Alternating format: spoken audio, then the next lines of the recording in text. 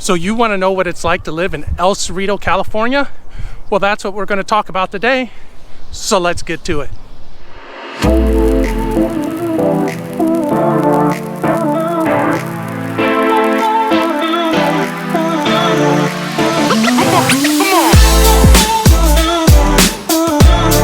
Welcome to the Living in Oakland, California channel.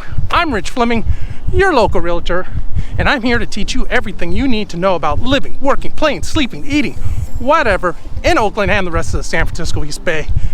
I get a ton of people who reach out to me with questions about what it's like to live here, how to relocate here, what they need to know before they get here, and I absolutely love it. That is why I do these videos. So if you have questions, give me a call, drop me a text, send me an email, whatever works for you, because when it comes to helping you relocate and transition to Oakland and the rest of the San Francisco East Bay, I got your back. So in today's video, we're going to talk about what it's like to live in El Cerrito, California. We're going to just talk about where it's located, the demographics, housing, what people love about being here, and some of the things people may not like about being here. So let's get into it. So one of the first questions to answer about El Cerrito is, where is it? Well, if you look on the map and you go up Highway 80 from Emeryville heading north, you will find El Cerrito kind of wedged in between the cities of Albany to its south, Kensington, the East Bay Hills, and Richmond to an extent to its east, to its north, Richmond, and also to its west, Richmond. So El Cerrito is significantly surrounded by Richmond. It is not a very big city. It's about 3.67 square miles, but people absolutely love it here. It's got some spectacular views, as you can tell. If you look behind me, you can probably see San Francisco. You can see the Bay Bridge as I pan around here. You could probably also see the Golden Gate Bridge further in the background. And on the north side, which is this way, of the Golden Gate Bridge, that is Marin County. So absolutely spectacular views here. I'm in the El Cerrito Natural Park area. It's at 7501 Schmidt. If you get a chance, it's a great place for some daytime hiking. Obviously some great views. Come on over if you get a chance. This is El Cerrito. So let's talk about the history, a little bit of the history and the demographics of El Cerrito. So El Cerrito was incorporated in 1917, and it was actually incorporated by refugees from San Francisco, people who came here about 10 years earlier than that, as a result of the 1906 San Francisco earthquake. A lot of people just relocated over here. They ended up staying on a couple of farms/ranches, and the areas ended up being incorporated into what is now El Cerrito. As I mentioned earlier, El Cerrito is not a huge city. It is about 3.67 square miles, and it has a population of roughly 25,500 people. So that gives it a population density of about 6,950 people, somewhere around there. So that's a little bit less dense than Oakland and a lot less dense than San Francisco. About 60% of people in El Cerrito own their home, and about 40% are renters.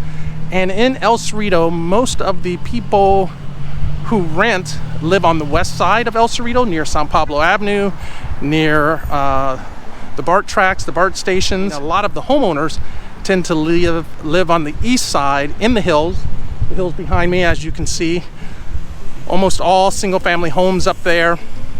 But it is a good mix of renters and homeowners. You won't have trouble finding a place to rent in El Cerrito for the most part.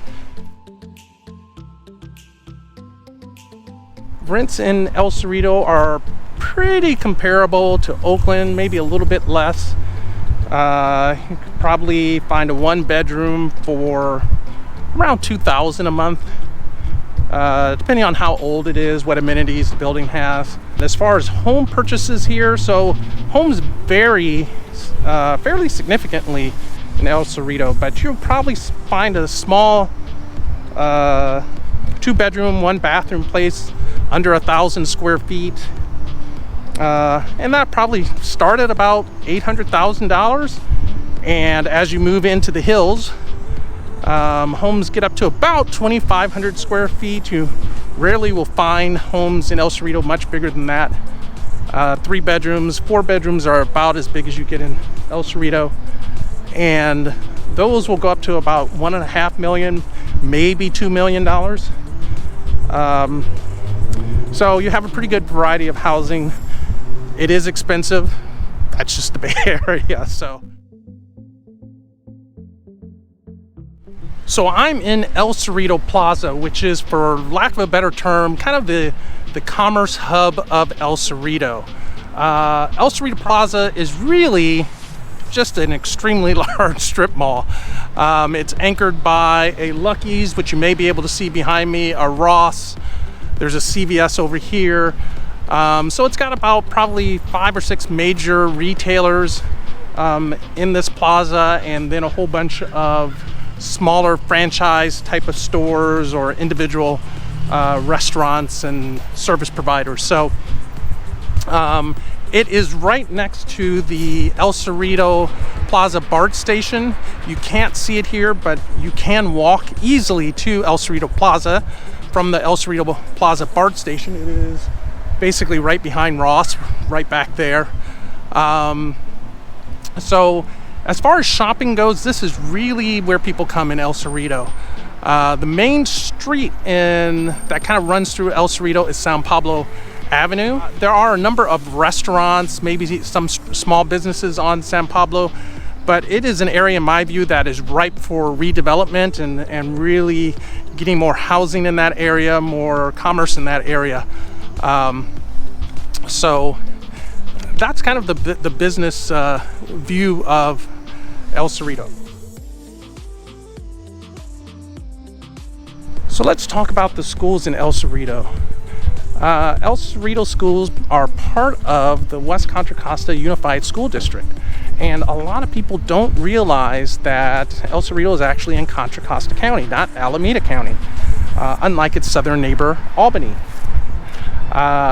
So in El Cerrito, there are, I believe, 3 elementary schools, 1 middle school, 1 high school, and 1 charter school that covers both middle and high school. The West Contra Costa School District covers a number of the smaller cities in the western part of Contra Costa County. It is a geographically pretty big district and covers a diversity of different neighborhoods, socioeconomic backgrounds, and things like that. So if you look at sites such as great schools, and you do your research there, their opinion shows that there's probably room for improvement in the schools in El Cerrito, even though this is a fairly affluent area, but there's definitely room for improvement in those schools if you believe the research that a site like Great Schools gives you. So let's talk about access to transportation from El Cerrito. And that's one of the things that people really like about El Cerrito, is that it does have very good access to transportation. So as you see behind me, I'm just walking away from the El Cerrito Plaza, and behind me now is the El Cerrito BART station. So you do have very good access, a number of homes in the area, very good access to BART. It's close to a commerce in El Cerrito. There's also another BART station further north in El Cerrito called El Cerrito del Norte station. At those stations, there is a lot of access also to AC transit buses. You can also catch buses that'll take you up to Solano County, cities of Fairfield, Vallejo, so on and so forth. So it's a very big transportation hub for this part of Contra Costa County. You are also very close to Highway 80, which is the main freeway highway corridor in this area. It gives you very good access to Berkeley, Oakland. It is the access highway in this area to the San Francisco Bay Bridge. You're really not that far. You're probably less than 10 miles from the Bay Bridge. But to be honest, 80 during non-COVID times, I'm filming this during the times of COVID, but during quote-unquote normal times, driving on the 80, that 10 miles could easily take you 30 to 40 minutes.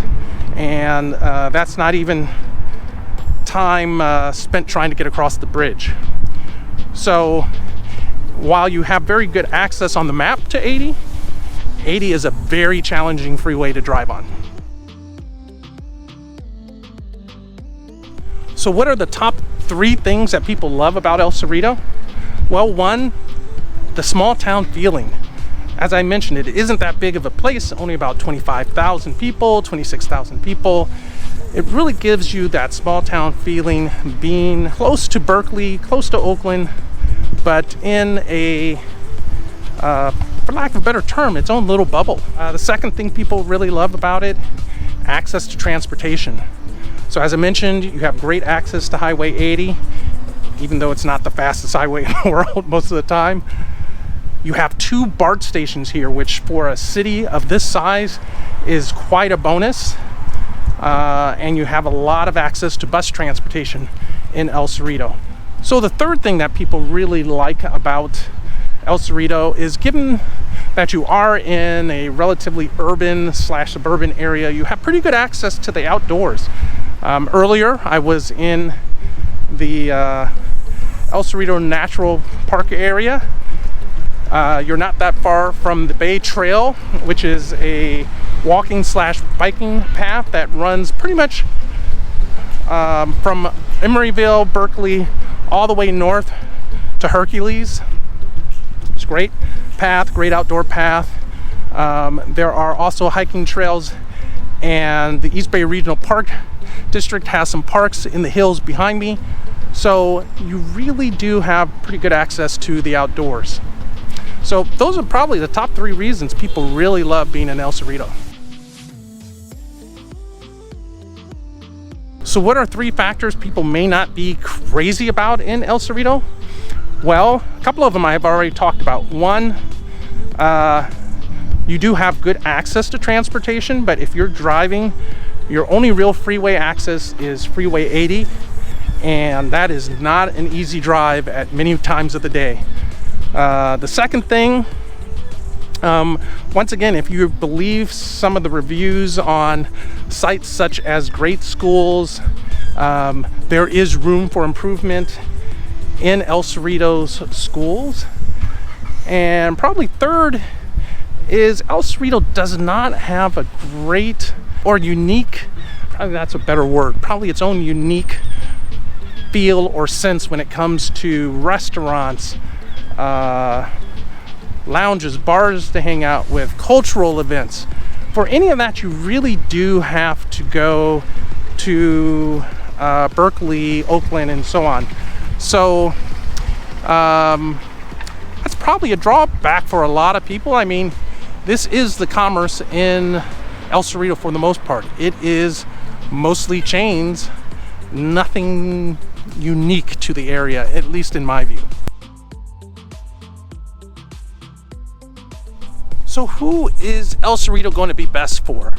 Well, in my view, the only view I can offer, I think El Cerrito is really great if you want that small town feel, you want housing that has very unique architectural style, you don't want the, cookie cutter mass development feel.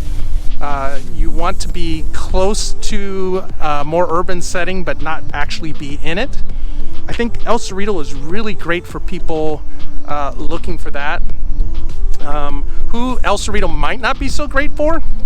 Well, once again, on the opposite side, if you really want to be more in the heart of an urban setting, El Cerrito close to it but not in it.